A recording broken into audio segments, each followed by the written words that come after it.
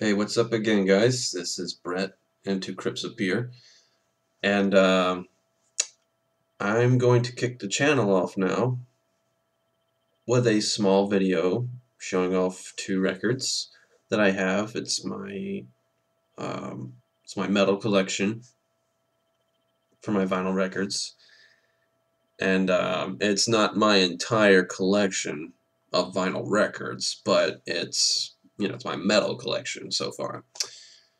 Um, Please excuse my voice. I've been sick for the past few days. So if you hear me coughing, clear my throat, sorry. There I go. Anyway, without further ado, let's start off with the first one. I was really excited to get this record, and it was kind of a random buy, but now I'm looking more into this band as a result.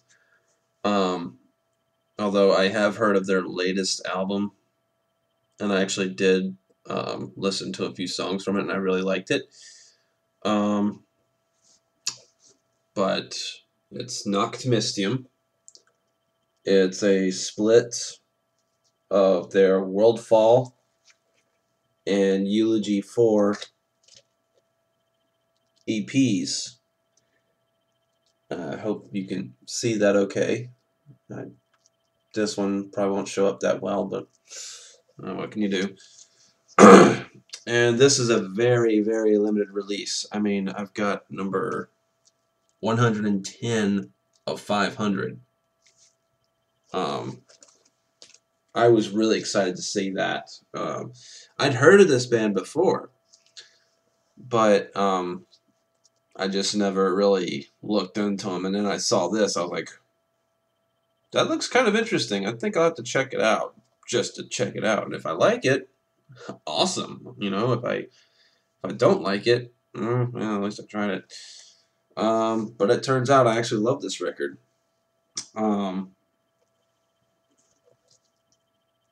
And I love the fact that they even covered Rose Clouds of Holocaust by Death in June. They did a pretty good job with that cover, actually. So it's kind of refreshing to hear a black metal band do something like that. I mean, which of course, I guess that sort of thing is common in black metal, but it was really nice to hear that, and to hear the rest of the disc as well. That's not showing up very well. Let me see if I can get it. Yeah, it's kind of dark.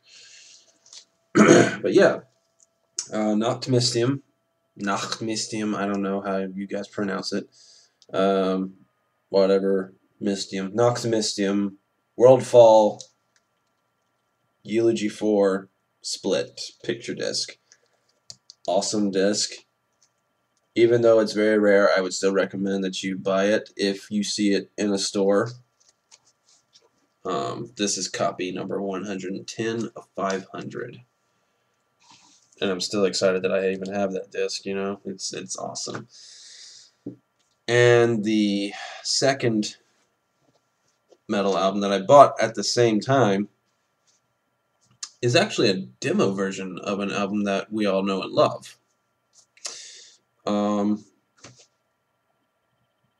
Pantera, Cowboys from Hell, the demos. And I love what they did with the album art here. They basically redrew. I don't know if this was like. I guess it was the original demo work. I don't know. I could be mistaken, but I love what they did with like the artwork that showed up on the final disc, where they basically drew it with like magic marker, and they kept the photos of the band members. So I thought that was pretty cool, and I love this disc. Love it, love it, love it. It's basically Cowboys from Hell, as you know it, except, of course, it's a demo, so it's gonna sound a little different. And I think on the final album, if I'm not mistaken, I believe Dimebag Darrell and Rex actually tuned like somewhere between E and E flat, but it was somewhere between, but not quite at E flat or E, to kind of give it a darker tone. Excuse me. And on this record right here, they're actually tuned to E standard, which it's kind of different to hear them playing like the songs that we grew to know being tuned the way they were in the final album on this. Like it's just so interesting to hear it and actually being played in E. And you know the track listing is not quite the same as the actual album. And there's one song on here also that didn't make it on the final album, and that is called "The Will to Survive." If you've never heard that song, look it up. You will think you are listening to Judas Priest when you listen to this song, which I guess won't come as a surprise to some of you because, you know, I mean, back in those days they were kind of transitioning from their glam to what they became more well known for in the 90s.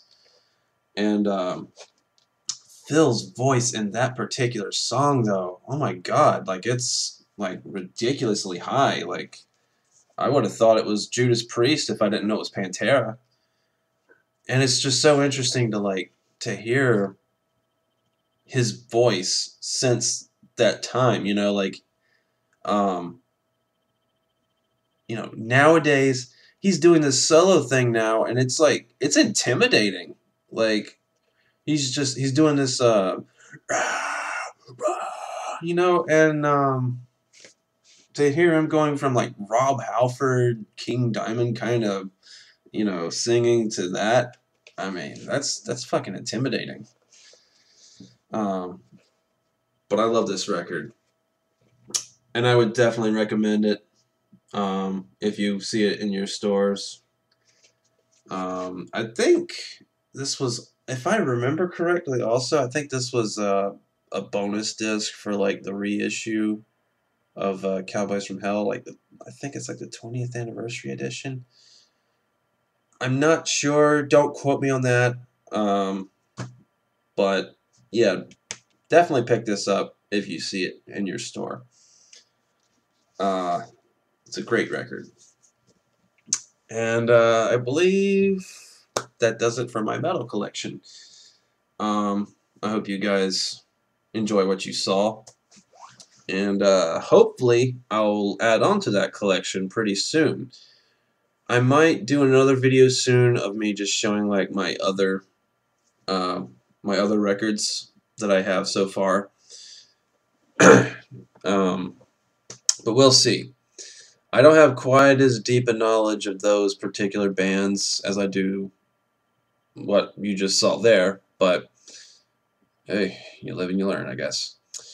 But until next time, guys, if you haven't subscribed yet, feel free to. If you use Tumblr, links below to my Tumblr, feel free to follow me. And yeah, guys, keep it metal.